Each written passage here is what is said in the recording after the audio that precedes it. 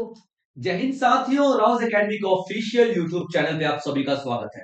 तो दोस्तों, current affair की एक और शानदार क्लास में आपके लिए लेकर के आया हूं, जहां हम बात करेंगे सिर्फ और सिर्फ एग्जाम ओरिएंटेड खबरों की, यानी एग्जाम ओरिएंटेड न्यूज की।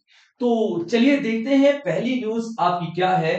और आपको बच्चों छोटे छोटे नोट्स जरूर बनाने हैं, क्योंकि यही नोट्स आपके काम आने वाले हैं। देखिए, जय शाह से रिलेटेड जो पहली न्यूज है वो ये है। Jay Shah receives transformational leader of the year award. Jay Shah को वर्ष का सर्वश्रेष्ठ परिवर्तनकारी नेता पुरस्कार चुना गया। अब देखिए ये होता क्या है, ठीक है। ये कौन सा अवार्ड होता है, साफ नाम से समझ में आ रहा है, ट्रांसफॉर्मेशनल अवार्ड। ट्रांसफॉर्मेशनल लीडर यानी कि एक ऐसा लीडर, ठीक है, एक ऐसा लीडर जिसने कुछ ना कुछ ट्रांसफॉर्मेशन किया हो। Transformational leader.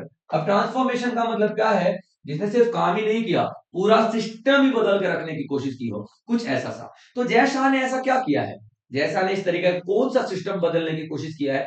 सबसे पहले तो जय शाह, आप सभी जानते हैं इनको, अमित शाह के बेटे हैं, और फिलहाल ये आईसीसी के चेयरमैन भी है। तो जय शाह ने ये 2019 से लेकर के, पहले तो समझ ले कौन कौन है, 2019 से लेकर के 2024 तक जैसा बीसीसीआई के चेयरमैन रहे। उसके बाद 2024 से लेकर के अभी तक जैसा आईसीसी के चेयरमैन है, आईसीसी के चेयरमैन है, ठीक है। इन्होंने अपने कार्यकाल में, जब ये बीसीसी के चेयरमैन थे, तो कुछ स्पेशल काम करवाए थे। देखिए जैसे महिला क्रिकेट को इन्होंने बहुत ज्यादा प्रोत्साहन दिया था। पहले महिला क्रिकेटर्स को मिलता था प्रोत्साहन, लेकिन उस हद तक नहीं जिस हद तक इन्होंने किया। इन्होंने पहली बार वुमेन प्रीमियर लीग यानी डब्ल्यूपीएल चलवाया। डब्ल्यूपीएल वुमेन प्रीमियर लीग चलवाया 2023 में, ठीक है। उसके बाद इन्होंने एक प्रावधान ये भी रखा कि यार महिलाओं क्रिकेटर को भी उतना ही पैसा मिले जितना कि पुरुषों को मिलता है। मेहनत सेम है, एफर्ट सेम है, सब कुछ सेम है, तो दोनों को अलग अलग पैसे क्यों दिए जा रहे हैं भाई साहब। तो यहां पर भी कुछ चेंजेस करवाए, सेम इक्वल पे, ठीक है, कितने equal, equal pay for man and women, दोनों को ही, मैन एंड वुमेन दोनों को ही बराबर का पे करवाया जाए, ठीक है। ये सारी सारी इनकी उपलब्धियां हैं। अच्छा, कितना पे करवाया ये भी आप लोगों से पूछा जा सकता है। तो देखिए, जो आपका वनडे है, वनडे जो मैच होता है, ठीक है, इसमें 76 लाख का पेमेंट आता है। उसके बाद T20 जो आता है, इसमें 38 लाख। उसके बाद जो टेस्ट मैच आता है, उसमें 15 लाख का आपको क्या मिल जाता है भाई साहब, ठीक है, पैसा दिया जाता है। तो ये ओवरऑल जो उपलब्धियां है जय शाह की ही हैं, याद रखेगा। तो जय शाह ने जो भारतीय क्रिकेट है उसको बहुत ज्यादा प्रोत्साहन देने की कोशिश किया है। इसी वजह से यहाँ पे एनडीटीवी ने, कौन देता है, एनडीटीवी ने इनको कौन सा अवार्ड दिया है, transformational leader of the year award 2025। NDTV कब बनाया गया था, एनडीटीवी देखिए पहले तो ये दूरदर्शन के अंडर में ही काम करता था। 2003 में, 2003 में एक प्रॉपर न्यूज चैनल बन के ये काम शुरू किया अपना, ठीक है बच्चों। ये सारी चीजें आपको याद रखनी है। तो जय शाह ने को एनडीटीवी द्वारा 2025 का transformational leader of the year award दिया गया। उन्हें क्रिकेट में बड़े सुधार, महिला खिलाड़ियों को समान वेतन, महिला premier league, women premiere league की शुरुआत, आईपीएल के मीडिया राइट्स में बढ़ोतरी। अब इन्होंने आइडिया निकाला था कि आईपीएल को ना मीडिया राइट्स दिया जाए, यानी कि मीडिया, जो भी कोई बड़ा ब्रांड है वो चाहे तो अपना एडवर्टीजमेंट प्रचार करवा सकता है उस आईपीएल के ग्राउंड में। उसको बहुत सारे पैसे देने पड़ेंगे। जैसे कि मान लीजिए एशियन पेंट ने अभी चाह कि मेरा प्रचार हो ग्राउंड में, मैंने मेरे बैनर लगे ग्राउंड में, तो यहाँ पे जय शाह ने पॉइंट किया कि यार क्यों ना प्राइवेट कंपनियां जो कि पैसा देना चाहती हैं, पैसा खर्च करना चाहती हैं, तो जय शाह ने बहुत सारा मीडिया राइट दिलवाया। ये कॉन्सेप्ट जय शाह ने बहुत सा था तो पहले से भी, लेकिन ब्रॉड लेवल पे जय शाह ने शुरू करवाया। अब इससे क्या हुआ, इससे बहुत सारा पैसा बीसीसीआई के पास आया, और बीसीसीआई बहुत सारा पैसा महिलाओं को देने के लिए काबिल हो पाई, सक्षम हो पाई। तो बीसीसीआई के इनकम में भी बहुत ही ज्यादा बढ़ोतरी यहाँ पे किया गया, ठीक है। और डेफिनेटली आईसीसी के चेयरमैन है, तो यहाँ पे एक बड़ा नाम देखने को मिलता है भारत का। अब चलिए कुछ इंपॉर्टेंट फेडरेशन देख लेते हैं, जैसे कि बीसीसीआई है, आईसीसी है, ठीक है, फीफा, इस तरीके से बहुत सारे। लेकिन हम इंडियन फेडरेशन देखेंगे, बीसीसीआई की बात कर लेते हैं। बीसीसीआई जो कि भारत में इंडिया में जितना भी क्रिकेट होता है, वनडे, T20 सभी को गवर्न करता है, और इसको बनाया गया था, ठीक है, 1920 में, ठीक है। उसके बाद sports authority of India, sports authority of India इसको बनाया गया था 1984 में, और ये जितने भी एथलीट्स होते हैं उन सबको ट्रेनिंग देता है, उन सबके लिए इंफ्रास्ट्रक्चर तैयार करवाता है। उसके बाद इंडियन ओलंपिक एसोसिएशन, याद रखना इंटरनेशनल ओलंपिक एसोसिएशन इसका भी यही आईओसी होता है, ठीक है। लेकिन मैं यहाँ पे इंडियन ओलंपिक एसोसिएशन की बात कर रहा हूँ, यानी कि ओलंपिक में जिस तरीके से मल्टी स्पोर्ट्स होते हैं ना, ठीक है, high jump, long jump, short race, सब कुछ होता है उसमें, जेवलिन थ्रो सब कुछ होता है ना। तो ये इंडियन ओलंपिक एसोसिएशन है जो कि ओलंपिक, इंटरनेशनल ओलंपिक के लिए यहाँ खिलाड़ियों को तैयार करता है और यहाँ पे उसकी प्रिपरेटरी मैचेस करवाता है, ठीक है। चलिए, तो आप देखेंगे इसका एस्टेब्लिशमेंट हुआ था 1927 के अंदर में, ठीक है बच्चों, 1927। अब देखिए, All India Football Federation, AIFF, ठीक है, इसको football, govern football in India, in Bharat में जितना भी फुटबॉल के मैचेस वगैरह होते हैं सब यही करवाता है, ठीक है। याद रखना, all India Football Federation AIFF establish किया गया था 1937 के अंदर में। चलिए, इंपॉर्टेंट फेडरेशन ऑफ इंडिया में आगे देखेंगे हम लोग, ठीक है। हॉकी इंडिया, ये हॉकी का सारा गवर्न करता है, पूरे भारत में जितने भी हॉकी के मैचेस होते हैं यही करवाता है, ठीक है। 2009 में इसको बनाया गया था। एथलेटिक्स फेडरेशन ऑफ इंडिया, ठीक है, जितना भी एथलेटिक्स होते हैं भारत के अंदर में उन सबको ये गवर्न करता है।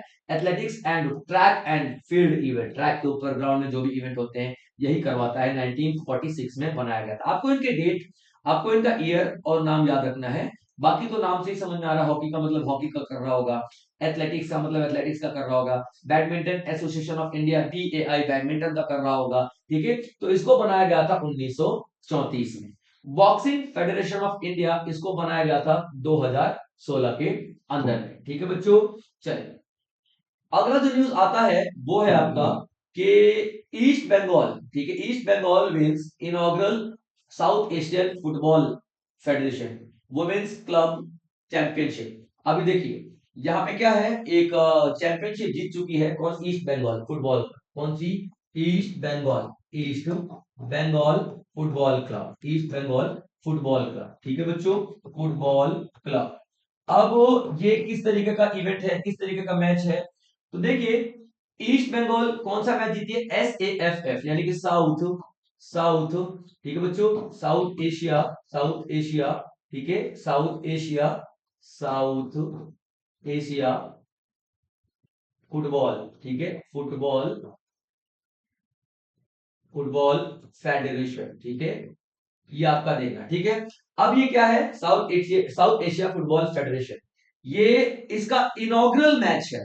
इनॉग्रल यानी कि फर्स्ट मैच है, फर्स्ट इनॉग्रल यानी कि फर्स्ट मैच है जो कि महिलाओं का फुटबॉल का कराया गया है। अब इस south east Asia football federation में कितनी कंट्रीज हैं, तो 7 कंट्रीज हैं। जैसे कि भारत तो हमारा है ही है, नेपाल है हमारा, ठीक है, मालदीव है हमारा, मालदीव हो गया, ठीक है, भूटान हो गया हमारा, श्रीलंका हो गया हमारा, श्रीलंका हो गया, ठीक है, बांग्लादेश हो गया हमारा, बांग्लादेश हो गया हमारा, ठीक है, और पाकिस्तान हो गया, ठीक है। इसको मैं हमारा नहीं कहूंगा, ठीक है। चलिए, तो ये भारत, नेपाल, मालदीव, भूटान, श्रीलंका, बांग्लादेश, पाकिस्तान, 7 देशों के फुटबॉल क्लब आते हैं, ये देश नहीं, इनके अंदर के फुटबॉल क्लब आते हैं, football club, football club participate करते हैं, ठीक है, इनके आगे फुटबॉल क्लब पार्टिसिपेट करते हैं, ये बात आपको याद रखना है, ठीक है, फुटबॉल क्लब पार्टिसिपेट करते हैं, क्लियर है। चलिए, अब ये सारे फुटबॉल क्लब जो 7 देशों के, इसमें जीता कौन है, तो ईस्ट बंगाल फुटबॉल क्लब जीता है, ठीक है बच्चों। और ये SAFF South Asia football federation का पहला मैच था फीमेल कैंडिडेट्स का। तो Indian women's football made history as East Bengal football club defeated Nepal APF, ठीक है, APF नेपाल की किस टीम को हराया इन्होंने, ठीक है, नेपाल की APF, ठीक है बच्चों, APF को हरा दिया है, कितने से, 3-0 से, यानी कि हमारी जो महिला खिलाड़ी है वो 3 गोल में थी, और APF जो है नेपाल की वो 0 गोल में था, यानी कि करारी हार यहाँ पे हमारी महिला खिलाड़ियों ने दिया है। तो भारतीय महिला फुटबॉल ने इतिहास रच दिया, ईस्ट बंगाल FC ने, फुटबॉल क्लब ने नेपाल की APF टीम को 3-0 से हराकर दशरथ स्टेडियम, ठीक है, और ये कहाँ पे हुआ था, ठीक है, तो स्टेडियम आप देखना काठमांडू में हुआ था, कहाँ पे, तो काठमांडू में कहां पे, दशरथ दशरथ स्टेडियम में हुआ था, दशरथ स्टेडियम में हुआ था। ठीक है बच्चों, दशरथ स्टेडियम में ये किया गया था मैच, और ये इसमें जीत हासिल किया हमारी महिला खिलाड़ियों ने।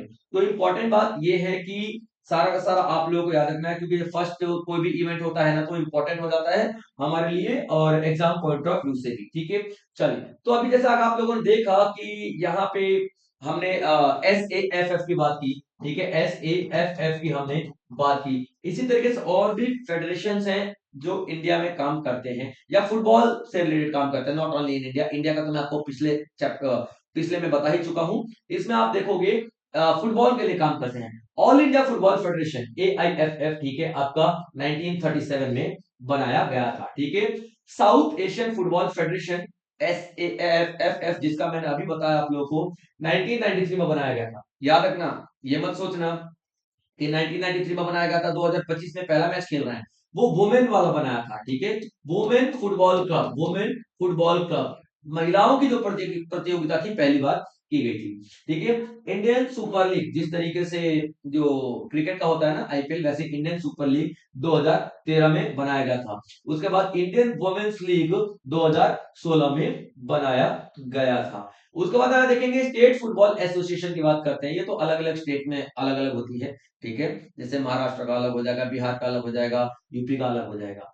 AFC, एशियन फुटबॉल कॉन्फेडरेशन, 1954 में बनाया गया था। तो एशिया के सारे जितने भी फुटबॉल मैचेस होते हैं, इवेंट्स होते हैं, वो ये गवर्न करता है। ठीक है, और ये इसको हमारा जो एशिया का जो सबसे बड़ा फुटबॉल का एसोसिएशन है, इसी को माना जाता है। FIFA, federation international D football association. ठीक है, 1904 में बनाया गया था, और आपको पता ही है ये फुटबॉल का इंटरनेशनल लेवल पे, अंतरराष्ट्रीय स्तर पे सबसे बड़ा ऑर्गेनाइजेशन होता है। और यही फुटबॉल के जितने वर्ल्ड कप वगैरह हैं, सारे के सारे एक बड़े इवेंट यही करवाता है। ठीक है बच्चों, चलिए अगला आता है। अगला एक न्यूज है इंडिया और म्यांमार से रिलेटेड।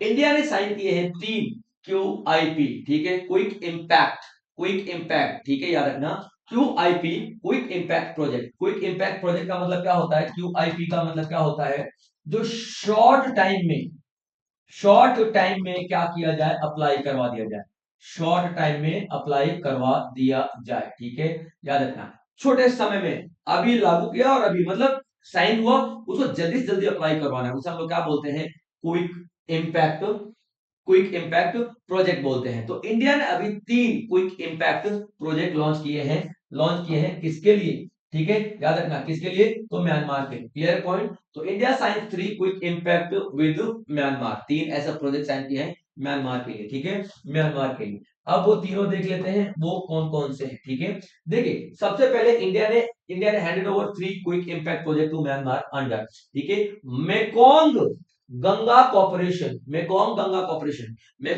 कॉर्पोरेशन का मतलब क्या है, ठीक है, मेकोंग, याद रखना, मेकोंग गंगा, गंगा कॉर्पोरेशन। अब इसका क्या मतलब होता है, ये एक ऐसा कॉर्पोरेशन है जो बनाया गया था ये 6 देशों के द्वारा, जो 6 देशों के द्वारा, कि हम एक दूसरे का हमेशा सपोर्ट करेंगे इस रीजन में, इंडियन रीजन में हम एक दूसरे का हमेशा सपोर्ट करेंगे। तो 6 देशों का एक ग्रुप है, ठीक है, जिसमें म्यांमार और इंडिया दोनों हिस्सा है। तो मैकोंग कॉर्पोरेशन के अंडर में, ठीक है, म्यांमार को 3 प्रोजेक्ट दिए गए हैं। ठीक है, पहला कौन सा है, ठीक है, weaving skill training, weaving skill training, यानी कि वहां पे बुनाई करने के लिए जो महिलाएं हैं उनको ट्रेनिंग दी जाएगी, पुरुषों उनको ट्रेनिंग दी जाएगी। ठीक है, वीविंग, ठीक है, वीविंग, वीविंग, ठीक है, वीविंग स्किल ट्रेनिंग, ठीक है, यानी कि जो महिलाओं को या पुरुषों को ट्रेनिंग दी जाएगी किसमें, बुनाई में। ठीक है, वो वीविंग की ट्रेनिंग दी जाएगी, मशीन वगैरह भारत लगाएगा, ट्रेनिंग सेंटर भारत लगाएगा, इन्वेस्टमेंट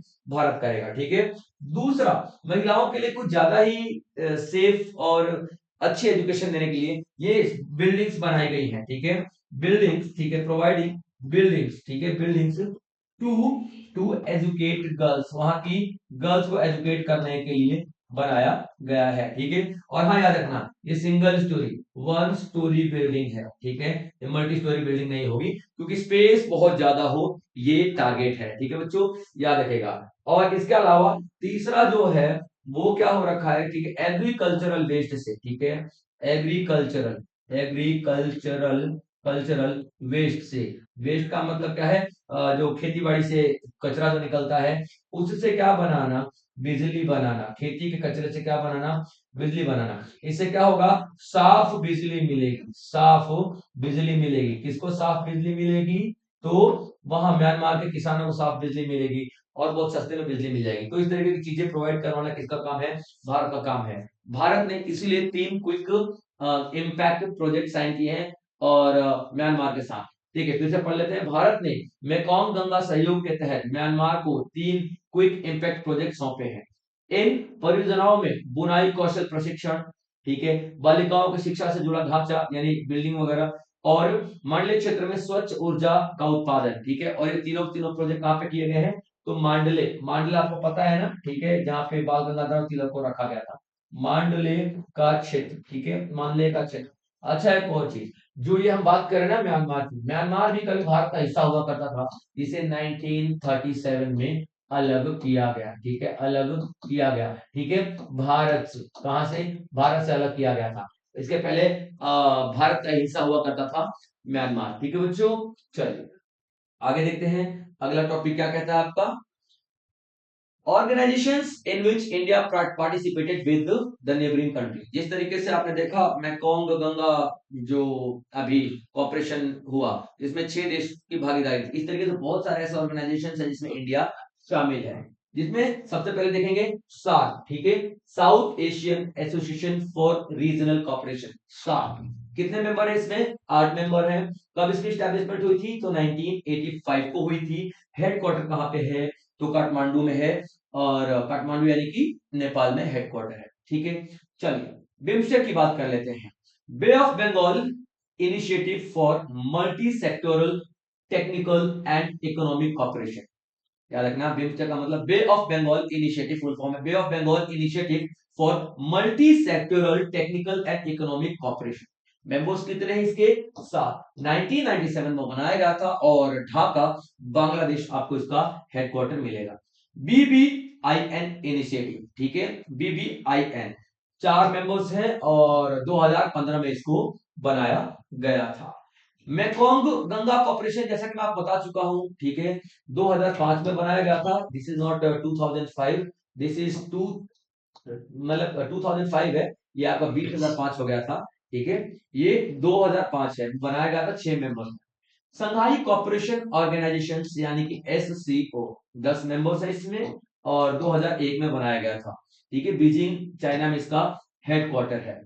अब देखो यहाँ पे आपको याद रखना होगा कि इसको संघाई 5 के नाम से बनाया गया था, ठीक है, संघाई संघाई 5 के नाम से बनाया गया था पहले। जो पहले 5 देश हुआ करते थे, 2001 में इसमें इसका नाम बदल के क्या कर दिया गया, संघाई कॉपरेशन ऑर्गेनाइजेशन, ठीक है, संघाई संघाई कॉपरेशन कॉपरेशन कॉपरेशन ऑर्गेनाइजेशन कर दिया गया था। क्लियर है, यहाँ पे ऑर्गेनाइजेशन कर दिया गया था, ठीक है बच्चों।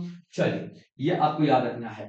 ब्रिक्स की बात कर लेते हैं, तो BRIC, it was not BRIC, it was BRIC, it was not BRICS, it was BRIC, BRIC पहले ब्रिक हुआ करता था, पहले ये ब्रिक हुआ करता था, ब्रिक हुआ करता था, ठीक है बच्चों।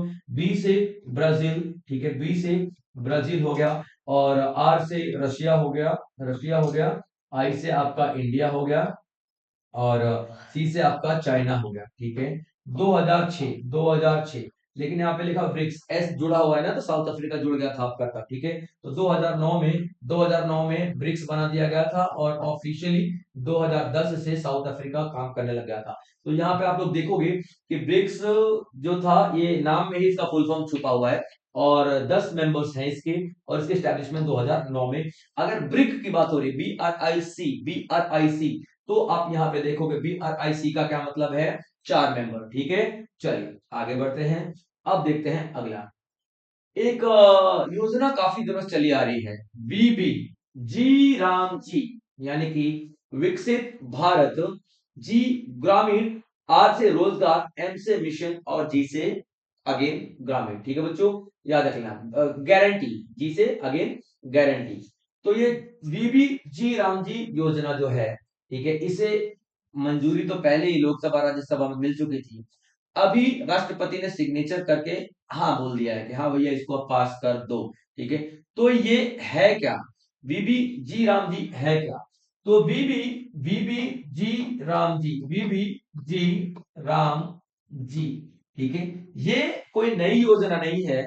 ये एमजी नरेगा का नाम बदल कर किया गया है। M G NREGA, M G NREGA का नाम बदल के चेंज किया गया है। एमजी नरेगा 2005 में नरेगा के नाम से बनाया गया था, नरेगा के नाम से बनाया गया था 2005 में। इसका फुल फॉर्म क्या था? नेशनल, ठीक है, national rural employment employment employment guarantee guarantee, ठीक है, गारंटी एक्ट, ठीक है, ये 2005 में बनाया गया था। ठीक है, याद रखना, नरेगा 2005 में बनाया गया था। और 2009 में इसमें जोड़ दिया गया, 2009 में इसमें जोड़ दिया गया क्या? एम जी जोड़ दिया गया 2009 में। ठीक है, याद रखना, यानी कि महात्मा गांधी जोड़ दिया गया 2009 में। ये क्यों बनाया गया था? ताकि लोगों को 100 दिन का रोजगार दिया जा सके, 100 दिन का रोजगार दिया जा सके। ठीक है, और केंद्र सरकार जब रोजगार देती, ठीक है, केंद्र सरकार का यहाँ पे 90% देना था पैसा, और राज्य सरकार को 10% पैसा देना था। ऐसा भी कुछ प्रावधान था। और 5 किलोमीटर के दायरे में आपके घर से क्या मिलेगा? रोजगार मिलेगा। और रोजगार किसको मिलना था? अनऑर्गेनाइज्ड, अनऑर्गेनाइज्ड क्या? अनऑर्गेनाइज्ड, अनऑर्गेनाइज्ड लेबर्स को मिलना था। ठीक है, अनऑर्गेनाइज्ड लेबर्स को मिलना था। अनऑर्गेनाइज लेबर्स यानी कि असंगठित क्षेत्र। ठीक है, कौन? असंगठित। ठीक है दोस्तों, असंगठित क्षेत्र, असंगठित क्षेत्र को मिलना था। ठीक है, याद रखिएगा, असंगठित क्षेत्र को मिलना था। अब चलिए असंगठित, अब देखिए असंगठित क्षेत्र को दिया जाना था, लेकिन इसको चेंज कर दिया गया है अभी। भारत ने इसका नाम क्या रख के कर दिया है? केंद्र सरकार ने बीबी जी राम जी योजना। ठीक है, इसमें कुछ परिवर्तन है। सबसे पहले तो नाम आपको पता ही चलेगा, इसमें जो रोजगार आपको मिलेगा, रोजगार जो आपको मिलेगा वो 125 दिन का मिलेगा। ठीक है, 60 दिन का इसमें अवकाश होगा। क्या होगा? अवकाश मिलेगा। 60 दिन ये योजना नहीं मिलेगी। ठीक है, उसके बाद यहाँ पे 60 और 40 का रेशो हो जाएगा केंद्र सरकार और राज्य सरकारों का। ठीक है, राज्य सरकारों का। ठीक है, याद रखिएगा, ये ओवरऑल जो चेंजेस हैं किए गए हैं। तो अभी बीबी जी राम जी, बीबी जी राम जी विकसित भारत ग्रामीण रोजगार और आजीविका गारंटी अधिनियम 2025 राष्ट्रपति की मंजूरी के बाद कानून बन गया है। ये एमजी नरेगा की जगह लेगा और ग्रामीण क्षेत्र में 125 दिनों के रोजगार की गारंटी देता है। ठीक है, चलिए आगे बढ़ते हैं। अब देखते हैं इसमें राष्ट्रपति ने ये जो दिया है, अभी अपना एसेंट दिया है कि हाँ मंजूरी दे दिया है, तो इसमें कौन कौन से आर्टिकल शामिल होंगे पहले तो एक बार ये देख लीजिए। ठीक है, सबसे पहले तो मैं आपको ये बता दूं कि आर्टिकल 111, ठीक है, 111 जो आर्टिकल है उसके तहत इन्होंने ये मंजूरी दिया है। ठीक है, अब देखिए कुछ आर्टिकल्स हैं इस तरीके से जो राष्ट्रपति के अधिकारों से रिलेटेड, जो मैं आपको बताना चाहता हूं। ठीक है, तो कॉन्स्टिट्यूशनल आर्टिकल इसमें क्या हो सकता है? ठीक है, आर्टिकल 110 क्या बताता है? ठीक है, कि अभी देखिए जब भी कोई बिल जाता है ना पास होने के लिए राष्ट्रपति के पास, तो राष्ट्रपति के पास अधिकार होता है, वो उस बिल को मतलब एसेंट भी दे सकती है कि ठीक है भाई पास कर दो, कानून बना दो। दूसरा उसको विद होल्ड भी कर सकती है, यानी कि नहीं, ठीक है, नहीं करना, इसको रिजेक्ट कर दिया। तीसरा उसको सस्पेंड कर सकती है। सस्पेंड का मतलब क्या है? कुछ टाइम के लिए भेज सकती है कि ये लो भैया जाओ लोकसभा राज्यसभा में इसको दोबारा से आप लोग क्या करो, दोबारा से इसको आप लोग मतलब डिबेट करो, डिस्कस एक बार और सोच के इस बिल को दोबारा लेके आना, तो मैं पास कर दूंगी। ठीक है, याद रखना। तो 3 ऑप्शन है यहाँ पे हमारे राष्ट्रपति के पास। जैसे द्रौपदी मुर्मू ने पास किया है, तो द्रौपदी मुर्मू के पास 3 ऑप्शन यहाँ पे दिखाई देते हैं। ठीक है, लेकिन मनी बिल के केस में द्रौपदी मुर्मू के पास ये ऑप्शन नहीं है कि दोबारा सोच लो। मनी बिल हुआ तो इसको पास करना ही पड़ेगा। ठीक है, तो ये कहां पे दिया गया है? आर्टिकल 10 में दिया गया है। आर्टिकल 117 किसमें दिया गया है? Financial bills which may be return by the president for reconsideration, यानी कि राष्ट्रपति इसको दोबारा सोचने के लिए, दोबारा सोच विचार करने के लिए वापस कर सकता है। आर्टिकल 200 वही सेम आर्टिकल है जो राष्ट्रपति को दिया जाता है, लेकिन ये स्टेट लेवल पे गवर्नर्स को दिया जाता है, यानी कि राज्यपालों को दिया जाता है। आर्टिकल 201 है, गवर्नर स्टेट बिल कोई भी है ना, राष्ट्रपति के कंसिडरेशन के लिए रोक सकता है। जैसे मान लीजिए गवर्नर को कोई बात नहीं समझ में आ रही है और गवर्नर चाह रहा है कि कुछ ऐसे मतलब राष्ट्रपति का कंसिडरेशन मिले, तो राष्ट्रपति यहाँ पे क्या करेगा कि गवर्नर यहाँ पे क्या करेगा कि राष्ट्रपति को पूरा का पूरा भेज देगा बिल की, मैडम आप देख लो कि बिल पास करना है कि नहीं करना है। ये सारे के सारे कुछ आर्टिकल्स हैं, आपको पता होने चाहिए थे, जो मैं लेकर के आया आप लोगों के लिए। ठीक है बच्चों, चलिए अगला आता है एक आईएनएस सिंधु, सिंधु घोष डिकमीशन किया गया 40 साल के बाद। अब देखिए किस तरीके से आर्मी जवान हमारे भर्ती होते हैं और रिटायर होते हैं, उसी तरीके से इंडियन नेवी की जो शिप्स हैं ये भी भर्ती होती हैं और रिटायर होती हैं, इनका भी प्रॉपर कमीशन किया जाता है और इनको भी प्रॉपर डीकमीशन किया जाता है।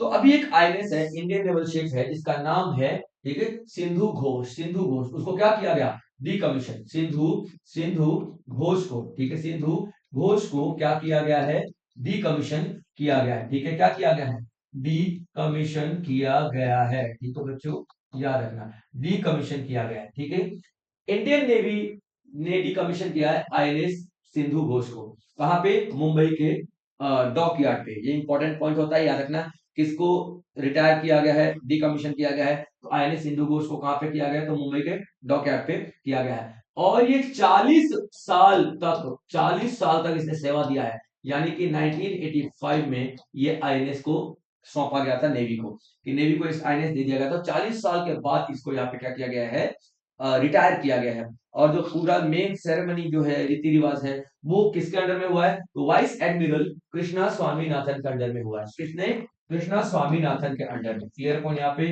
कृष्णा स्वामीनाथन के अंडर में हुआ है। ठीक है, याद रखना, कृष्णा स्वामीनाथन के अंडर में किया गया है। तो भारतीय नौसेना ने 40 वर्षों की सेवा के बाद आईएनएस सिंधु घोष को नौसेना डॉकयार्ड मुंबई से सेवा मुक्त किया। इस अवसर पर उप नौसेना के प्रमुख वाइस एडमिरल कृष्ण स्वामीनाथ मौजूद थे। क्लियर कौन यहाँ पे, चलिए अभी देखते हैं कि कुछ और ऐसे आईएनएस हैं जिनको किया गया है, रिटायर किया गया है, डिकमीशन किया गया है। ठीक है, चलिए तो इसमें देखेंगे एक आईएनएस मगर है। आईएनएस मगरमच्छ जो होता है ना, तो मगरमच्छ से बना है मगर। ठीक है, इसको डीकमीशन यानी रिटायर किया गया 6 अगस्त 2023 को। ठीक है, उसके बाद देखते हैं आईएनएस सिंधु रोज, ये काफी इंपॉर्टेंट था, बहुत न्यूज में रहा था। आईएनएस 2000, इसको डीकमीशन किया गया 2022 के अंडर में। आईएनएस अभय है, इसको सोवियत संघ यानी कि जो रशिया था उसने बना के भारत को दिया था, और ये एंटी सबमरीन कॉर्वेट करता था। इसको डीकमीशन किया गया 6 अक्टूबर 2025 को। उसके बाद ठीक है, INFAC T82 east attack fast attack craft, fast attack craft. ठीक है, ये फास्ट अटैक क्राफ्ट। ठीक है, इंडियन नेवी का, आई से Indian navy fast attack craft FAC। ठीक है, FAC T82 इसको डीकमीशन किया गया।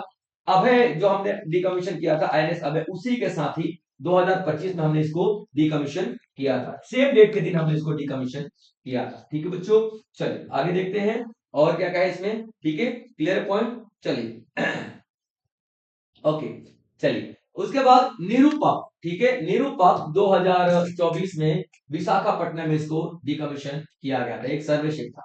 आईएनएस चीता 2024 में पोर्ट ब्लेयर पे इसको डीकमीशन किया गया था। ठीक है, आईएनएस गुलदार पोर्ट ब्लेयर में 2024 से इसको डीकमीशन किया गया था।